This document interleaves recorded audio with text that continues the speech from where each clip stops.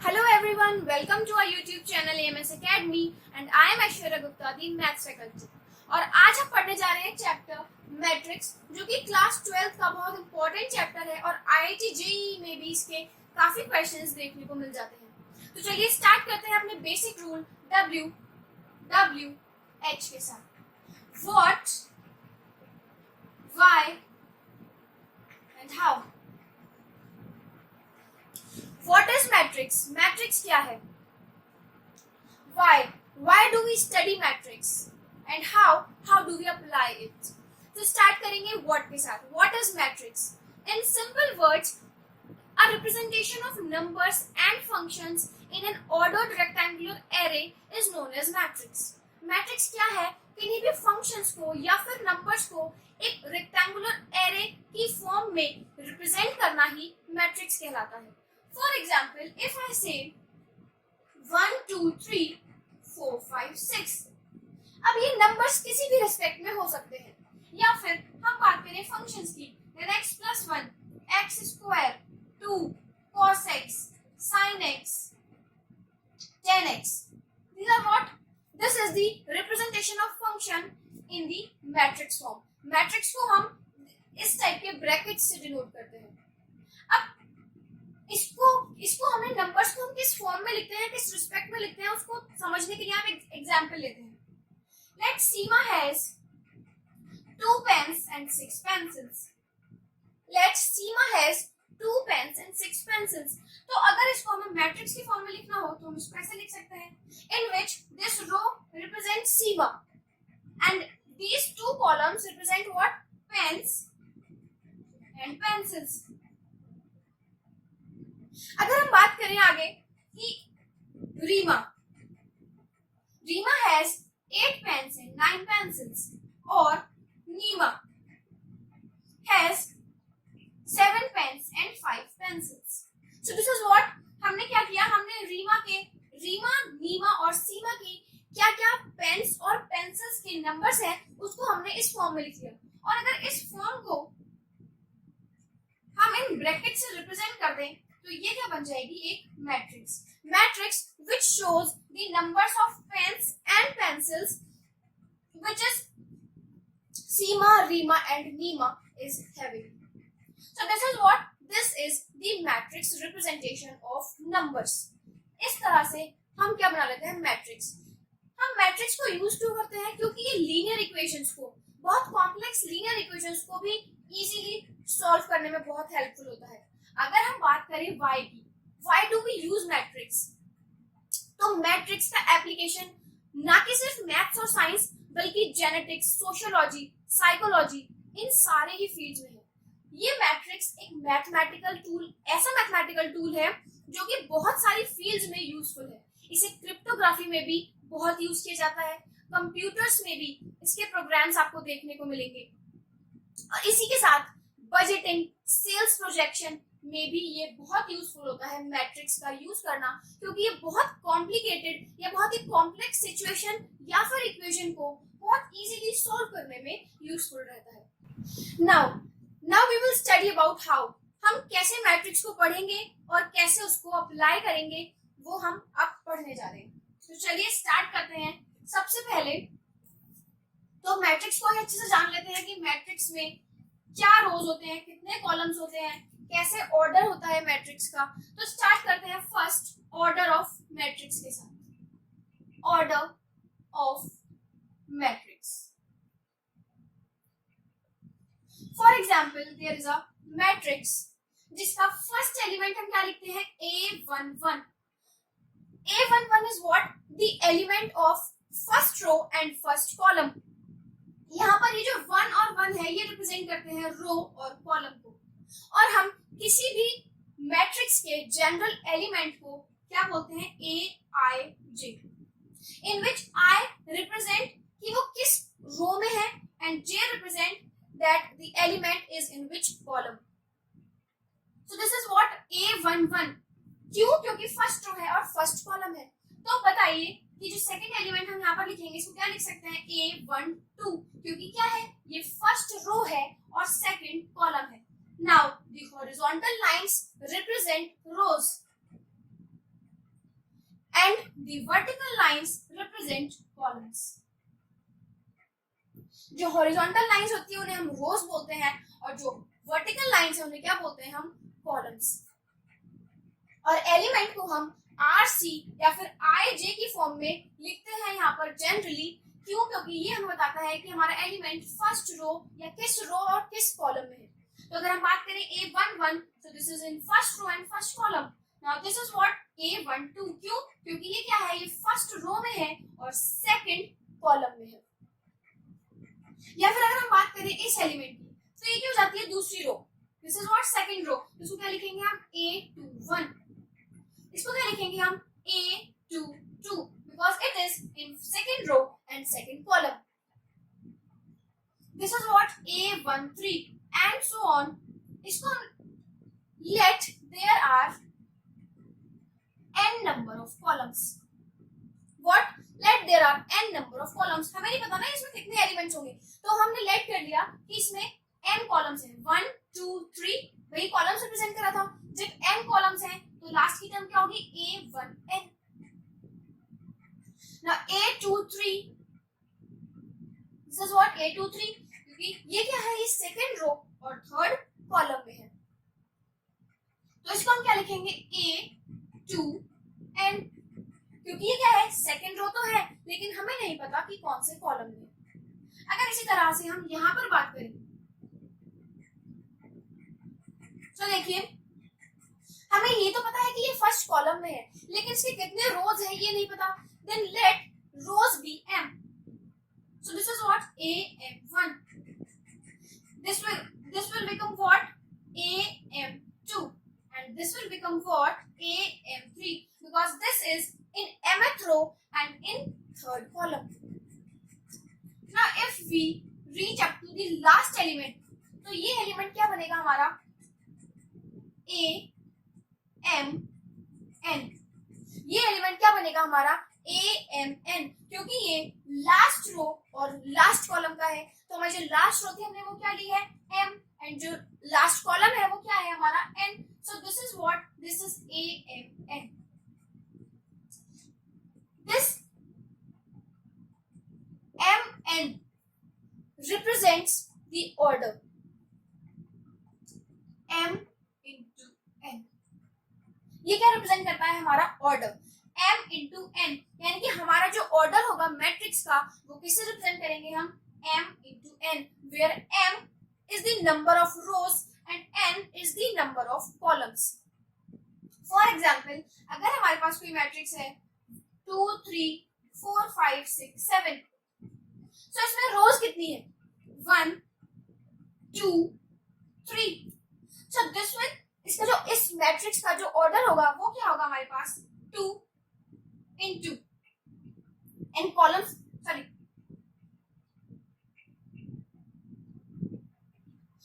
इस मैट्रिक्स का जो ऑर्डर होगा हमारे पास वो क्या होगा 3 into 3 रोज हैं और कॉलम्स कितने हैं 2. So this is 3 into 2. और इस मैट्रिक्स में कितने एलिमेंट्स हैं इसको हम किससे लिखते हैं mn which means 3 into 2 which is what 6. Total elements कितने होंगे मैट्रिक्स में वो भी किस पर डिपेंड करेगा m into n पर. यानी कि 3 into 2 is what 6. और इस मैट्रिक्स को हम क्या बोलेंगे this is the matrix of order 3/2 क्योंकि इसमें 3 रो है और 2 क्या है columns. So this is what the order of matrix. अगर हम बात करते हैं अपने जनरल एलिमेंट की तो I क्या है हमारे पास I is representing the number of row जहां पर वो है and J is representing the number of column जहां पर हमारा वो एलिमेंट जिस कॉलम में भी होगा. अगर हम बात करते हैं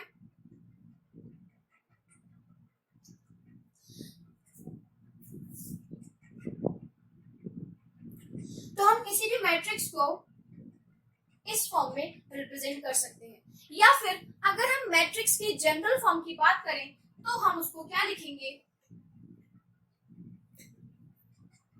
देखिए अगर हम मैट्रिक्स की जनरल फॉर्म की बात करते हैं तो उसको हम क्या लिखते हैं in the form AIJ with order m into n। इसमें a i j एलिमेंट्स है, जिसमें जितने भी रोज या जो भी कॉलम्स में वो होगा वो एलिमेंट आ जाएगा, और कितने रोज और कितने कॉलम्स हैं this denotes by m and n। So I hope matrix तो आपको क्लियर हो गया होगा। चलिए एक एग्जांपल लेकर बात करते हैं।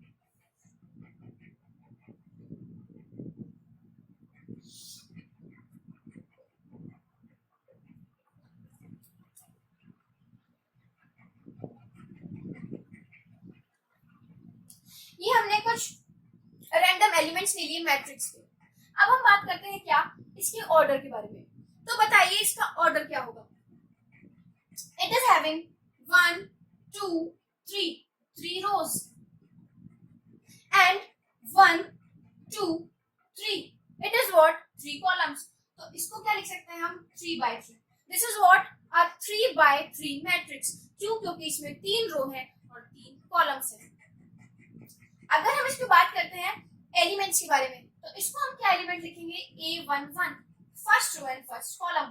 This is what a12 first row and second column.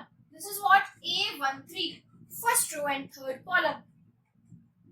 a21 a22 a23 and this is a31 a32 and a33। Also मैंने आपको बताया था कि टोटल नंबर ऑफ एलिमेंट्स भी हम किससे रिप्रेजेंट करते हैं mn या फिर m into n। So then 3 into 3 is 9। So this matrix has 9 elements। 1 2 3 4 5 6 7 8 9। कितने एलिमेंट्स हैं इसमें? 9 elements. So this is the general representation of a matrix कि हम किसी भी मैट्रिक्स को जनरली किस फॉर्म में रिप्रेजेंट करेंगे। वो ये है जिसमें a i j क्या है एलिमेंट्स है और m into n क्या है इस मैट्रिक्स का ऑर्डर है। आई होप मैट्रिक्स की रिप्रेजेंटेशन, उसके एलिमेंट्स और उसका ऑर्डर आप लोगों को अच्छे से क्लियर हो गया होगा। चलिए अब आगे बढ़ते हैं अपने टाइप्स ऑफ मैट्रिक्स की तरफ।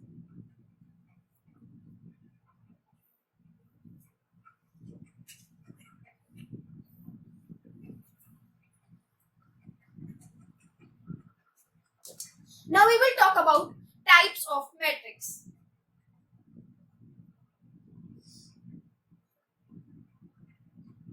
So first type of matrix is a row matrix। हमने कुछ पर्टिकुलर मैट्रिक्स को क्लासिफाई कर दिया है और उसमें हमारा फर्स्ट टाइप है रो मैट्रिक्स। रो मैट्रिक्स का मतलब यह है कि अगर किसी मैट्रिक्स में सिर्फ एक ही रो होती है तो वो क्या कहलाएगा रो मैट्रिक्स। और इसको अगर हम जनरली रिप्रेजेंट करें तो किस फॉर्म में रिप्रेजेंट करेंगे ए आई जे, जिसमें हमें पता है कि ऑर्डर क्या है, रो तो सिर्फ एक ही है तो उसको क्या लिख सकते हैं 1 और कॉलम्स कितने हैं वो कितने भी हो सकते हैं and so on.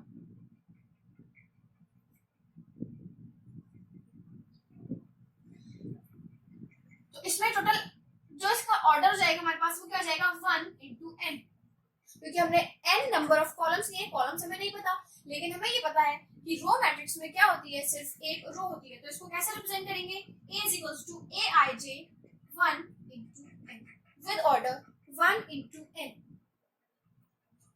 second is column matrix।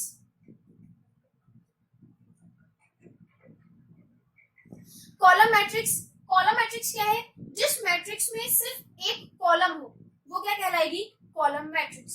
For example this. अब कॉलम्स मैंने आपको कितना बताया था,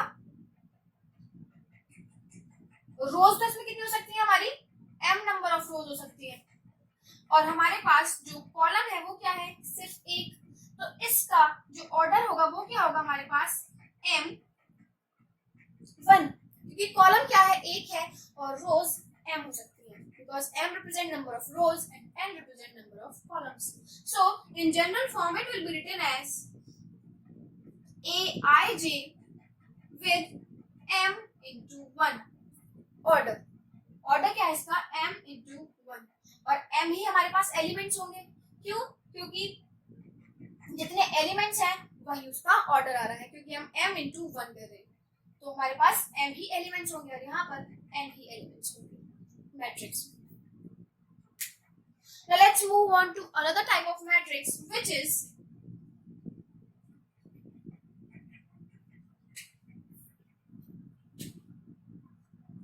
the square matrix. Which is the square matrix. Square matrix क्या है? If a matrix is having same number of rows and columns, then it is known as square matrix. For example, जो कि मैंने अभी आपको बताया था 3 by 3, 1 3 5 2 4 6 7 8 9. This is what having 3 rows and 3 columns. So this is of order 3 by 3. तो 3 by 3 क्या 3 by 3 की जो मैट्रिक्स है ये क्या है हमारी स्क्वायर मैट्रिक्स है क्योंकि इसमें number of rows and number of columns are same. So in this case m is equals to n. अगर हम इसको रिप्रेजेंट करते हैं तो किस फॉर्म में रिप्रेजेंट करेंगे a I j और you can written it as m into m और n into n क्योंकि इसमें m और n क्या है दोनों इक्वल है. So this is what this is the square matrix. या फिर हम इसको इस तरह भी कह सकते हैं 1 2 3 4. This is of order 2 by 2.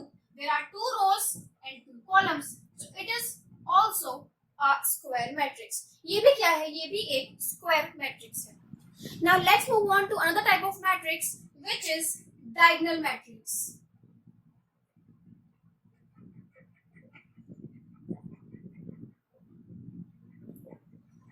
Diagonal matrix क्या है? डायगोनल मैट्रिक्स में हमारे जो डायगोनल एलिमेंट्स हैं, this is what this is the diagonal elements. तो जो डायगोनल एलिमेंट्स हैं उनकी तो कोई पर्टिकुलर वैल्यू होती है, but except those diagonal elements we have all the elements as 0. बाकी सारे एलिमेंट्स जो कि डायगोनल में नहीं इंक्लूड होते वो सारे क्या हो जाते हैं 0. सो इसको हम रिप्रेजेंट किस फॉर्म में करेंगे? a is equals to a I j of order m into n and a I j is equals to 0 for all I is not equals to j. जहां पर भी I और j इक्वल है उनके तो हमारे पास कुछ पर्टिकुलर वैल्यूज हैं, पर जिसमें I is not equals to j वहां पर कंडीशन क्या है हमारी सारे एलिमेंट्स क्या है वो 0 है, तो वो क्या कहलाएगी डायगोनल मैट्रिक्स. देखिए इसमें ये क्या है a11, ये क्या है a22 और ये क्या है a33. इसमें I is equals to j. So I is equals to j के लिए हमारे एलिमेंट 0 नहीं है, but I is not equals to j के लिए सारे एलिमेंट्स क्या हो जाते हैं हमारे 0. तो ये क्या कहलाएगी एक diagonal matrix. Now let's move on to another type of matrix, which is scalar matrix. Scalar matrix.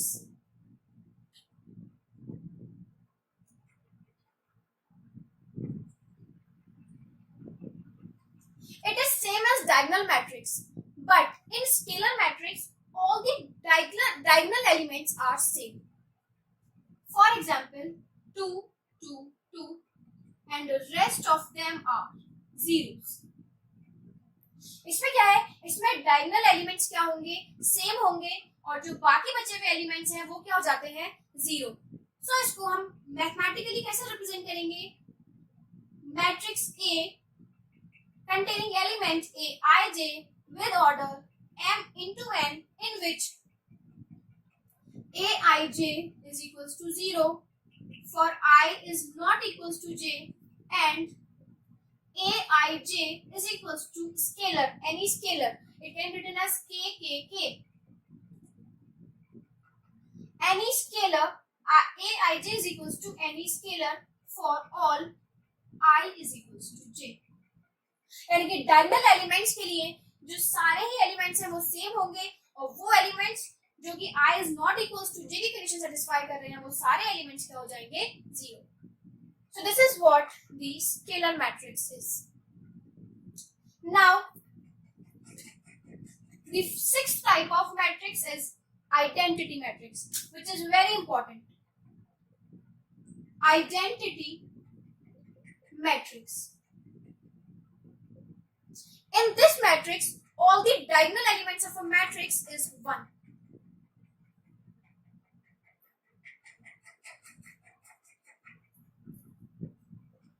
इसमें क्या होता है, हमारे पास जो भी डायगोनल एलिमेंट्स हैं उसकी जो एंट्रीज होती है वो सारी क्या होती है, 1 होती है, और बाकी सारे एलिमेंट्स क्या हो जाते हैं, 0.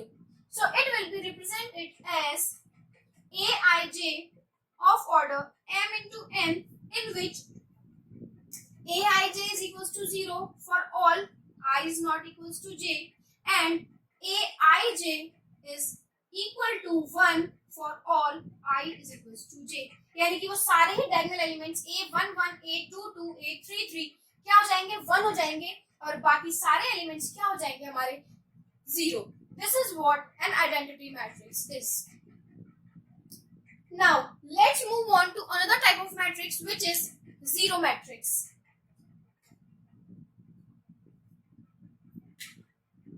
Zero matrix.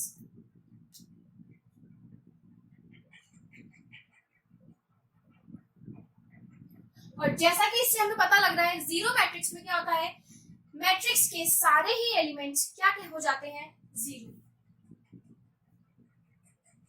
This is what this is a zero matrix. So it will be represented as aij m into n, in which aij is equals to 0. So this is what the zero matrix is. Now if we talk about equality of matrix or equality of matrices, अगर हम किन्हीं भी दो matrix के equal होने की बात करें तो देखिए हम तब कहेंगे कि दो मैट्रिक्स इक्वल है. Let there are two matrix A containing elements aij and B is the matrix containing element bij. So these two matrix will only be equal when it has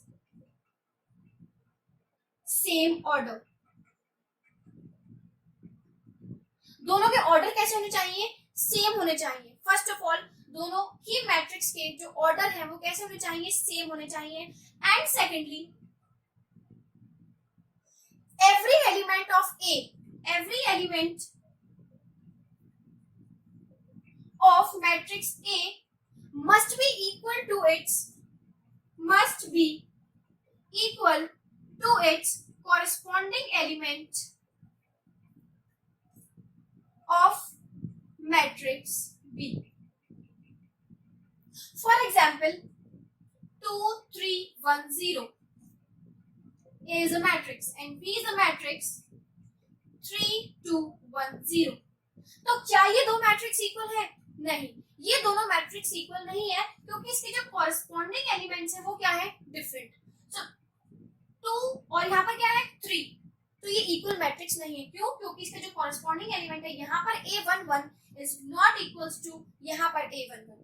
so this is what, this is not equal. लेकिन अगर हम इसको इस form में लिख देते हैं 2, 3, then this is what this is, this denotes the equal matrix. ये दोनों क्या है, अब ये equal matrix है.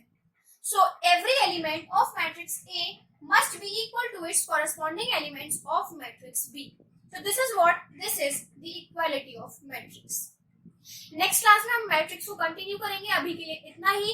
और अगर आपको वीडियो पसंद आई हो तो कमेंट, लाइक, शेयर और सब्सक्राइब करना ना भूलें AMS Academy पर. Thank you everyone.